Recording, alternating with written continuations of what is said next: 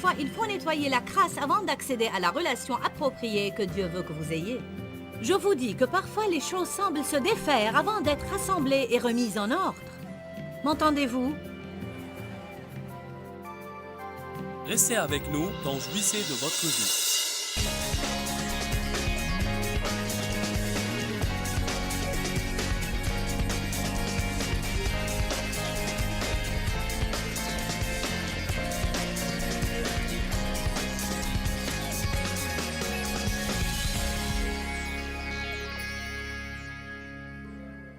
Paul a remis ce qu'il avait dans les mains du berger.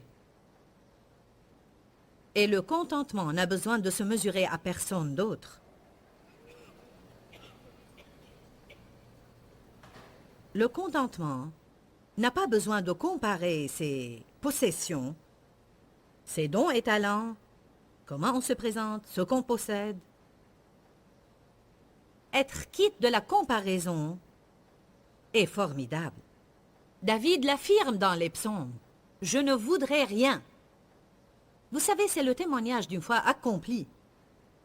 Comment peut-il faire ce témoignage? Parce qu'il sait, à cause de ce qu'il a enduré, que mon Père prendra toujours soin de moi.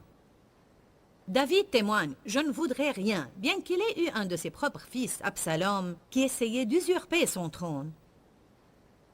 Et il affirme quand même « Je ne voudrais rien ». Qu'est-ce que j'éprouverais si un de mes enfants se tenait tapis derrière mon dos pour usurper mon ministère? Je me demande si je suis assez mûr et assez avancé pour dire « L'Éternel est mon berger, je ne voudrais rien. Il me fait reposer dans de verts pâturages, il me dirige près des eaux paisibles. Il restaure et refait mon âme. Ma coupe déborde. » Je veux continuer à progresser jusqu'à y arriver. David dit dans le psaume 91:7 que 1000 tombent à mon côté, je ne serai pas atteint. Dieu prendra soin de moi. 1 Timothée 6 et 7 dit, c'est une grande source de gain que la piété avec le contentement. Car nous n'avons rien apporté dans le monde et il est certain que nous n'en pouvons rien emporter. Ne donnons pas aux possessions plus d'importance qu'il ne le faut. Ne faisons pas de la position plus qu'on le doit. Dans la vie, on rivalise bien des fois pour des positions. Je veux être le premier, le plus fort, le plus grand, le patron, celui qui a l'autorité. Je ne veux pas avoir le dessous. Je ne veux pas qu'on me dise, je veux dire. Ah mon Dieu. Madame Guillon est un grand auteur du XVIe siècle qui a beaucoup enseigné sur la maturité spirituelle. Elle enseigne un principe d'acceptation avec joie. Autrement dit, j'accepte tout ce qui me vient avec joie et j'apprends à ne pas résister toutes mes circonstances parce que je viens à croire que Dieu travaille dans chacune de mes circonstances. Dieu est quelque part dans cette circonstance si je sais l'y trouver. J'ai eu une situation contrariante avec quelqu'un il y a 2 semaines. Difficile, malaisée, pas ce dont j'aurais voulu m'occuper. Pénible, émotionnellement fatigante.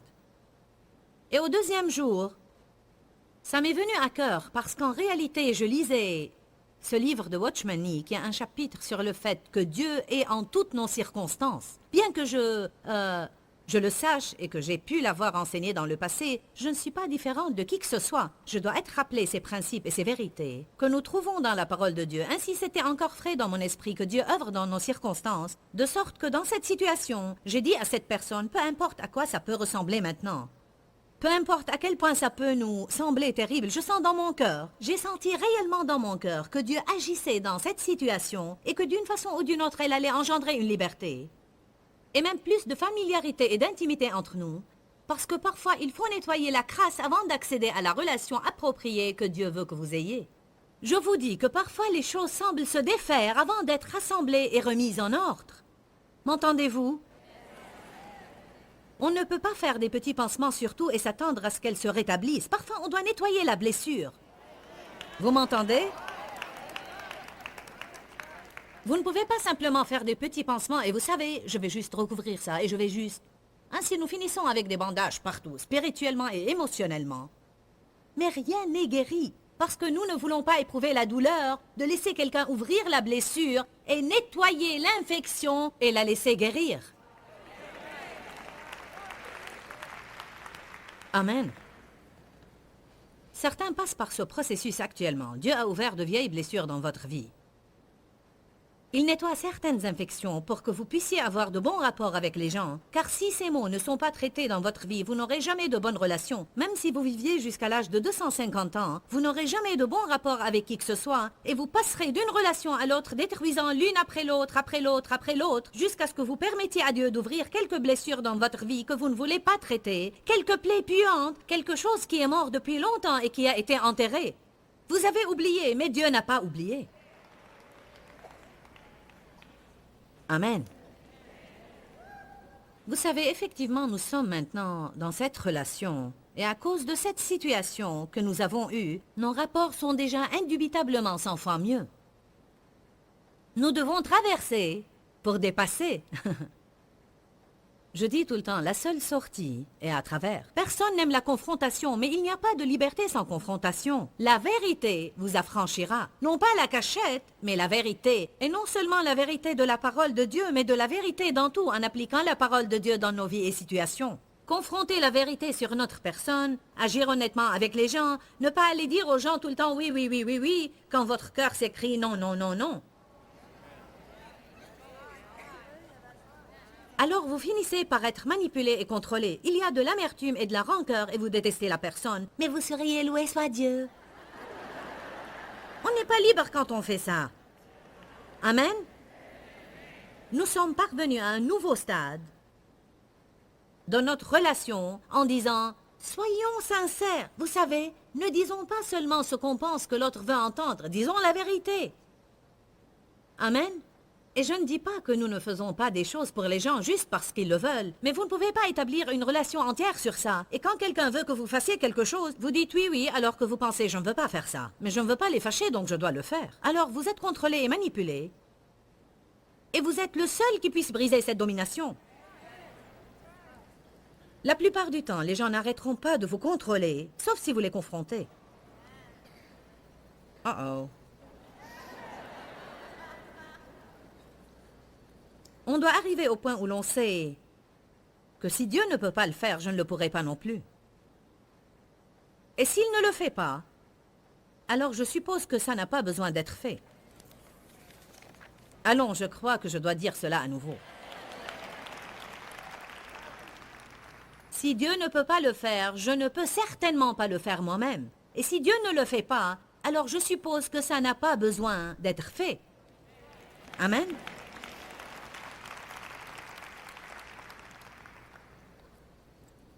Nous devons être contents sous son gouvernement.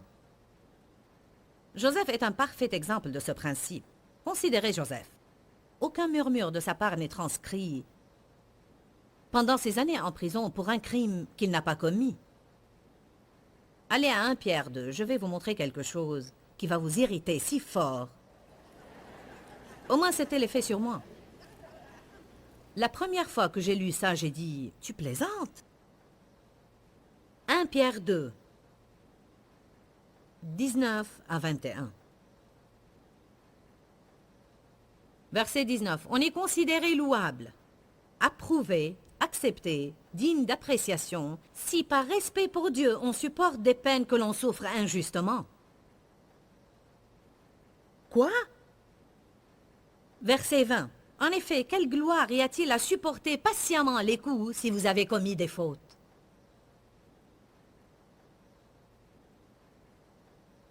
Il dit, qu'est-ce que ça prouve? Vraiment, si vous méritez d'être puni et vous êtes patient. Mais si vous souffrez avec patience après avoir fait le bien, et c'est injuste, alors c'est une grâce aux yeux de Dieu et agréable à Dieu. En fait, je pense, quelle sorte de Dieu est-il qui soit heureux quand je souffre parce que j'ai fait le bien? Ne faites pas les saintes nitouches, comme si vous ne vous êtes jamais demandé cela. Laissez-moi maintenant vous rendre furieux. Verset 21. Or, c'est à cela que vous avez été appelés. Ah bon? C'est ma vocation de souffrir quand je fais le bien. Je pensais que si je faisais le bien, je serais béni. Oui, nous le serons à la fin, mais laissez-moi vous montrer quelque chose. En fait, la Bible amplifiée le dit ainsi. C'est inséparable de votre vocation. Si nous allons être chrétiens, il n'y a pas moyen de nous en sortir. Vous allez apprendre à être maltraité, à avoir une bonne attitude. N'est-ce pas là le plus grand aïe que vous ayez jamais entendu dans votre vie? Impossible de trouver la chair de qui que ce soit ici qui soit encouragé à l'entendre. Pas une. Verset 21. Parce que Christ aussi a souffert pour vous, vous laissant un exemple, afin que vous suiviez ses traces. Mais de quoi s'agit-il ici? Ça m'a pris des années pour constater ceci. Ces écritures m'ont tracassé pendant des années et finalement je les saisis. Ce n'est pas ma souffrance imméritée qui plaît à Dieu. C'est moi exhibant une bonne attitude quand je souffre injustement qui plaît à Dieu. Parce que c'est un témoignage que, peu importe ce qui se passe dans ma vie, je te fais confiance.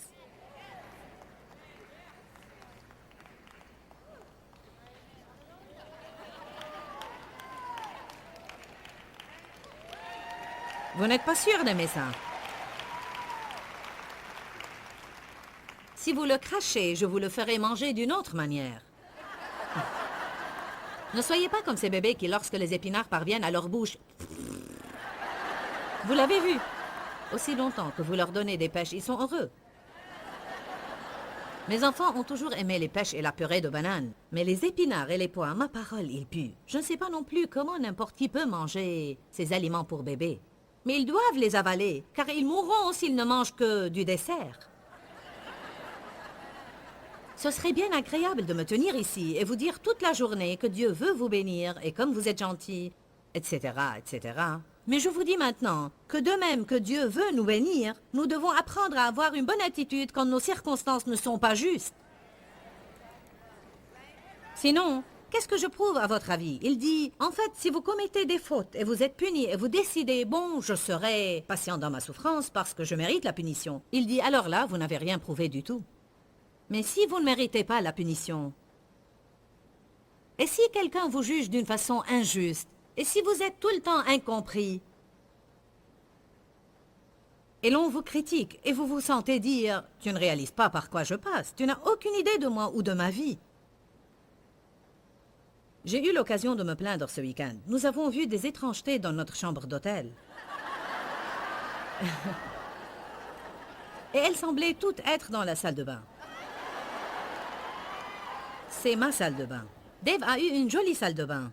Il disait, oh, c'est magnifique, une belle salle de bain, bon éclairage, grande douche. Ma salle de bain a un problème. Déjà, quand vous mettez l'eau dans le lavabo, elle ne draine pas. Le robinet d'eau froide fonctionne, mais le robinet d'eau chaude, non. Mais la meilleure chose, en fait, c'est la baignoire qui a cet ajutage de douche qui est sur la baignoire. Ainsi, si on veut prendre une douche, on doit la prendre et faire ça, ce qui ne me dérange pas car je prends un bain de toute façon. Le seul problème, c'est que lorsqu'on utilise la baignoire, la douche fonctionne avec et arrose toute la salle de bain et on ne peut pas la fermer parce que le truc qui la ferme ne marche pas. Ainsi, pour prendre un bain hier, j'ai dû étancher toute la salle de bain après avoir rempli la baignoire. C'était très drôle. Vous pensez que nous ne passons pas par des expériences?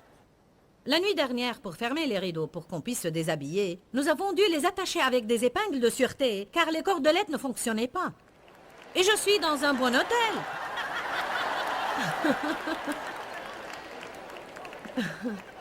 Loué soit Dieu. Dave a dit, mais le lit ici est très confortable et ma douche est très bonne et grande. Il y a des jours où l'on doit rechercher quelque chose de bon et décider d'en parler. Et ne pas maugréer au sujet de toutes ces choses qu'on n'apprécie pas, car il y en aura toujours en abondance. Les brebis sont têtues. Certaines sont ce que les bergers appellent des chenilles de barrière. Elles ne cessent de sortir et errer dans d'autres pâturages. Elles doivent toujours être ramenées par le berger, toujours être gardées et doivent toujours être punies. Les brebis ont ça de bon, c'est que bien qu'elles soient bêtes, elles ont le cœur tendre. Je veux dire, les brebis ne sont-elles pas adorables? Oh, adorables! Comme elles sont mignonnes. J'en ai vu quelques-unes à la télé l'autre jour avec cette belle toison laineuse et ses petites pattes maigres. Et à les voir trottiner, j'ai pensé comme elles sont gracieuses. Rien n'est plus mignon qu'un petit agneau. Dieu peut travailler avec les brebis, mais les chèvres, ça, c'est une autre histoire.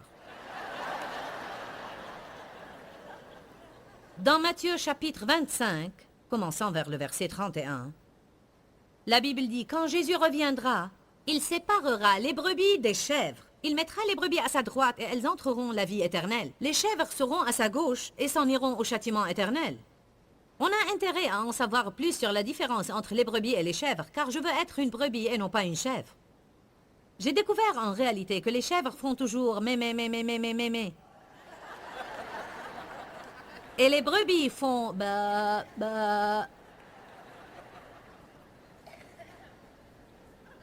Stupide brebis, tu as encore des ennuis. Ba. Dites-le à une chèvre et elle dit mé. J'ai demandé à ma secrétaire de faire une étude sur les chèvres sur Internet et voilà ce que nous avons découvert. Une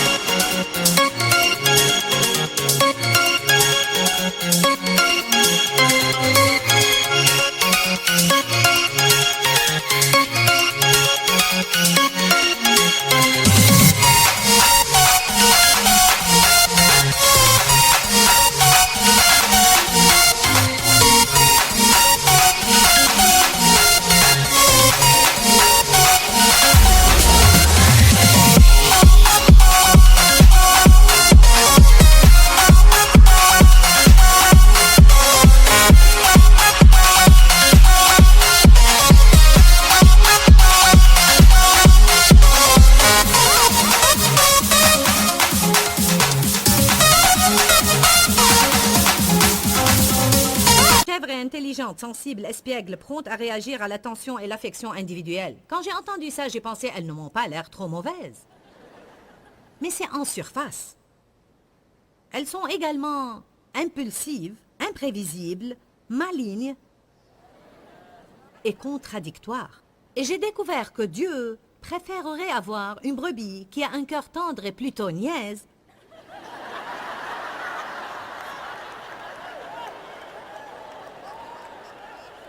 qu'une chèvre qui est agréable et toute polie, mais qui a ce caractère sournois et qui est vraiment hypocrite et qui est là pour vous avoir.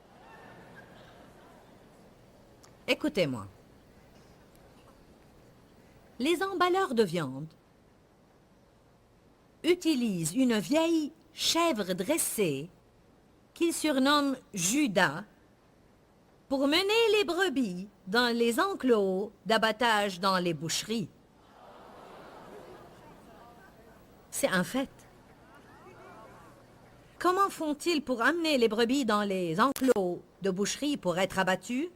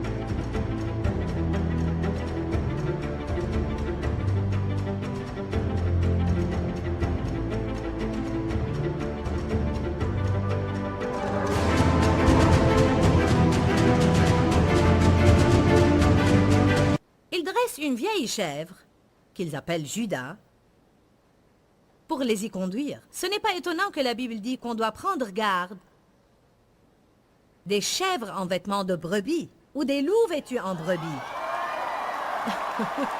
Ce n'était pas la bonne écriture. On a mis les chèvres dans la mauvaise tenue.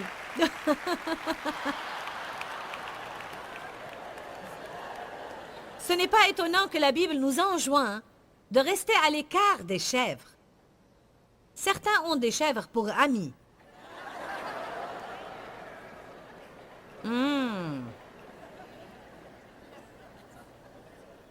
Les chèvres ne sont jamais contentes de ce qu'elles ont. Elles cherchent à gagner des pâturages plus verts et veulent toujours ce qui est juste au-delà de leur portée. Elles ne sont pas de bonnes suiveuses. Elles préfèrent diriger ou aller au loin toutes seules. Les chèvres dans une assemblée ont tendance à la diviser et à égarer les fidèles. Un chrétien qui serait désigné comme un chrétien chèvre serait quelqu'un d'imprévisible, qui pense qu'il est au-dessus de tout, qui prend le contrôle dans chaque situation, ne fonctionne pas dans un groupe et ne veut pas être dirigé. Il s'appelle une chèvre. Une brebis dressée suit le berger, avance paisiblement avec le troupeau. La brebis est contente d'être menée parce qu'elle fait confiance au berger. Une brebis entend la voix du berger et va où il la conduit. Mais une chèvre va à son gré, ainsi suscitant la désunion en ceux avec qui elle rentre en contact. Je veux être une brebis obéissante, qui suit la voix du bon berger, pas une chèvre. Mais... Bah... Je saurais mieux le faire avant la fin du week-end. J'ai dit que... J'ai fait une remarque que la Bible dit qu'il nous fait reposer dans de verts pâturages. Avez-vous jamais vu l'image de Jésus qui marche avec un troupeau de brebis, mais portant une brebis autour du cou? L'avez-vous jamais vu? Bon, je vais vous montrer maintenant la miraculeuse bonté de Dieu. J'ai voulu montrer cette image sur le rétroprojecteur pour vous enseigner quelque chose, car il y a un grand principe que vous ne connaissez pas. Le principe est que, et c'est un fait, le principe est que si un berger a une brebis qui ne se soumet pas et ne cesse de courir au loin, s'éloigne sans cesse, une chenille de barrière errant toujours dans le pâturage des autres, suscitant toujours le désordre, s'il en a une comme ça, il l'aime tellement qu'il lui casse la jambe et la porte. Ainsi, le temps que la jambe guérisse, la brebis est si accoutumée à être près du berger et a appris tellement les voies du berger que lorsqu'elle guérit, et elle guérira certainement, elle n'errera jamais plus.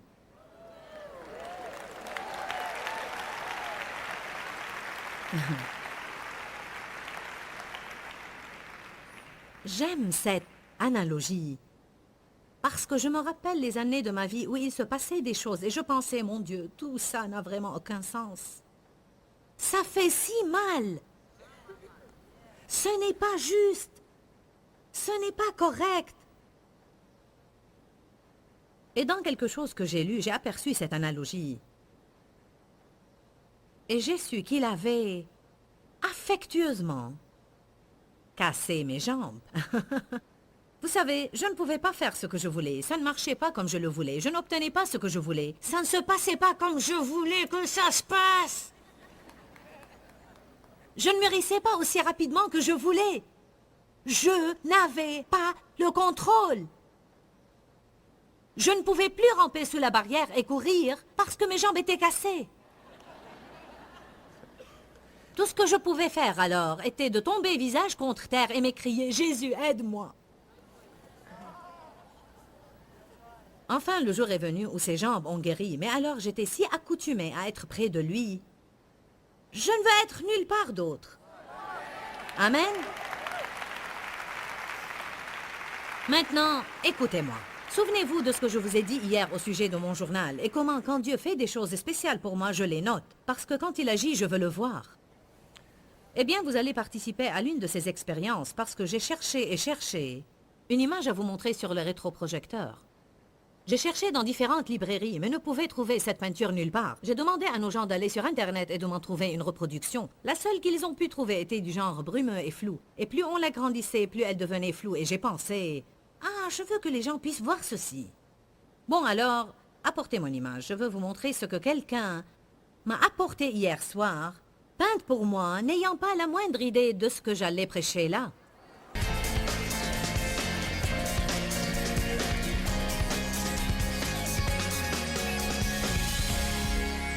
Béni soit Dieu, quel thème impressionnant. Je ne voudrais rien.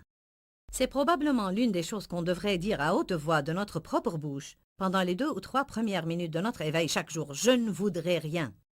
Le 23e psaume est impressionnant. L'Éternel est mon berger. Je ne manquerai de rien, il prendra soin de moi. Il comblera mes besoins.